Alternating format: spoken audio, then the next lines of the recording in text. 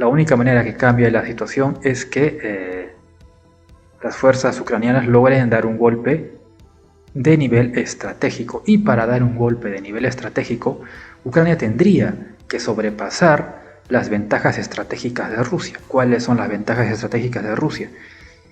Súper resumiendo la situación, dos cosas: mayor número de material y mayor mano de obra. En cualquiera de los dos apartados, Rusia tendría que superar a Rusia, con mayor material o con mayor mano de obra. Ya sabemos que toda la OTAN, es decir, Estados Unidos y Europa, haciendo su máximo esfuerzo industrial militar, no pueden alcanzar a la producción industrial militar de Rusia. Eso ya está comprobado, y una de las cosas más simbólicas es la munición de artillería, que además lo que más consume una guerra de alta intensidad en el siglo XXI es munición e infantería.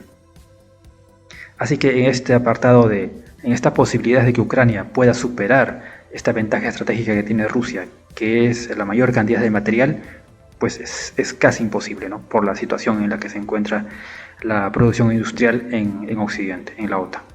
Por otro lado tenemos la mano de obra, pues tampoco se puede. ¿Por qué? Porque quien pone la mano de obra es Ucrania, y Rusia triplica en población. Antes de la guerra, Rusia triplicaba en población a Ucrania.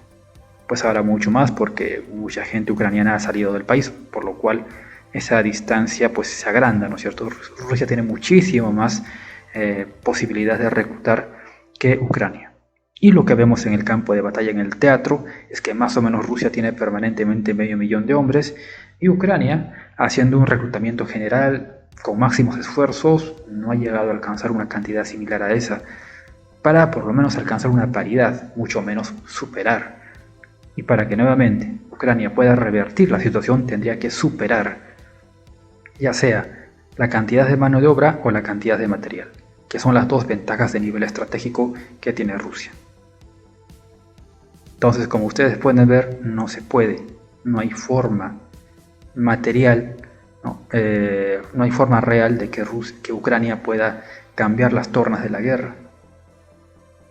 Y solo en el caso de que Ucrania pueda superar cualquiera de esas dos ventajas de Rusia, pues solo en esa posibilidad Rusia podría replantearse la guerra.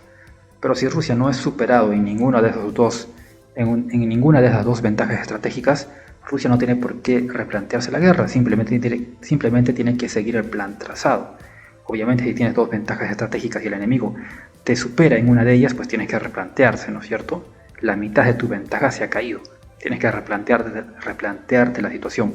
Pero si no, pues no, normalmente sigues. Ahora, para una defensa exitosa tendrías que por lo menos alcanzar una paridad en alguna de esas ventajas estratégicas que tiene Rusia. Ya saben, mayor material y mayor mano de obra. Solo para alcanzar una defensa eficaz. Alcanzar una paridad relativa en alguna de esas dos ventajas. Pero tampoco se puede eso. Ya vemos que en número de material militar, pues no lo puede hacer la OTAN frente a Rusia.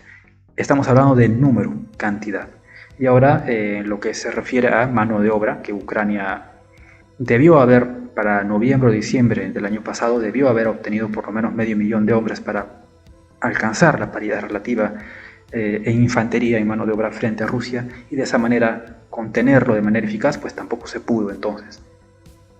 Los hechos son que no hay forma de que Ucrania pueda detener a Rusia. Rusia podría continuar todo 2025, todo 2026 y alcanzar sus objetivos. Esos son los hechos. En ese contexto, Estados Unidos no tiene ninguna herramienta para presionar a Rusia. Rusia perfectamente puede intentar alcanzar Odessa y tomar pues todo Novorossiya. Acá tomar todo Novorossiya. Porque no hay forma, como digo, no hay forma material, tanto en cantidad de armamento como en cantidad de tropa, para que puedan por lo menos intentar detenerlos. Ya ni hablemos de superarlos. Entonces, ¿por qué las fuerzas rusas no pedirían un acuerdo de máximos, o por qué no serían maximalistas si tienen toda la ventaja. ¿Y qué pretende, por ejemplo, Donald Trump con su famoso borrador? Pues imponerle condiciones a Rusia. Pero ¿por qué Rusia aceptaría si Rusia va ganando?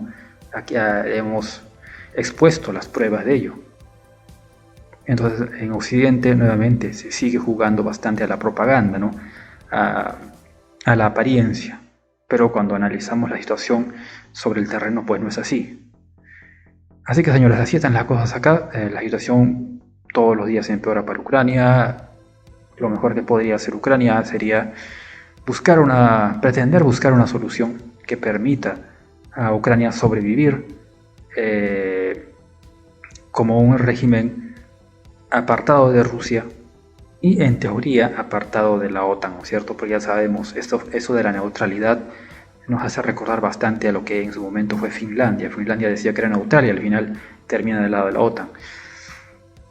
Ahora, durante mucho tiempo Finlandia fue neutral, hay que reconocer eso, pero en este contexto de la guerra en Ucrania y con las maniobras de Occidente, pues a Finlandia finalmente termina faltando al tratado de neutralidad y se pasó al bando de la OTAN. Algo similar podría pasar en Ucrania, pues con mayor razón. Entonces a Rusia no le conviene tampoco la neutralidad de Ucrania por el antecedente con Finlandia. Le conviene que Ucrania, lo único que le conviene en realidad es que Ucrania sea nuevamente prorrusa. Lo cual eso significa que el régimen de Kiev, como lo conocemos, tendría que desaparecer. Y ese debería seguir existiendo, debería haber sido su principal objetivo, no recuperar Crimea o recuperar el Donbass, porque eso ya se veía materialmente imposible desde el comienzo. O sea, sobre todo ya era imposible no darse cuenta desde mediados del año 2023, cuando ocurrió la famosa contraofensiva. Pero como en Occidente o en Europa, Estados Unidos, básicamente en la OTAN, ¿no? Tienen este sesgo de que la guerra de maniobras lo es todo y todo aquel que no aplique dicha doctrina pues es obsoleto.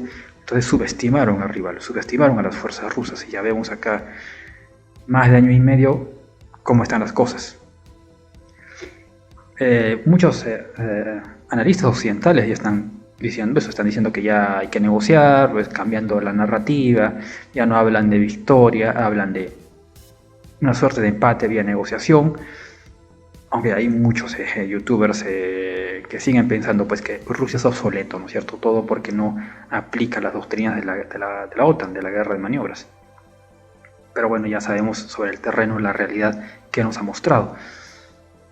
Entonces, como digo, a Ucrania le hubiera convenido desde un comienzo tener como objetivo no Crimea, no el Donbass, sino su supervivencia. Bueno, a estas alturas ya, con Rusia teniendo la iniciativa permanente y con las ventajas estratégicas, que voy a mencionarlo de nuevo, que es la mayor disponibilidad de material y la mayor disponibilidad de mano de obra, pues con eso tiene las de ganar a largo plazo. Ucrania no puede alcanzar la paridad en alguno de esos dos puntos, en alguna de esas dos ventajas estratégicas, mucho menos superar alguna de esas dos ventajas estratégicas de Rusia. Por lo tanto, está perdida la situación. Realmente está perdida la situación. Lo más prudente sería pues una transición pacífica de Ucrania hacia un régimen prorruso. Porque al final eso va a terminar sucediendo si todas las condiciones actuales se mantienen en el futuro. Si todas las condiciones actuales se mantienen en el futuro, eso terminaría ocurriendo, que Ucrania pase a ser nuevamente prorrusa.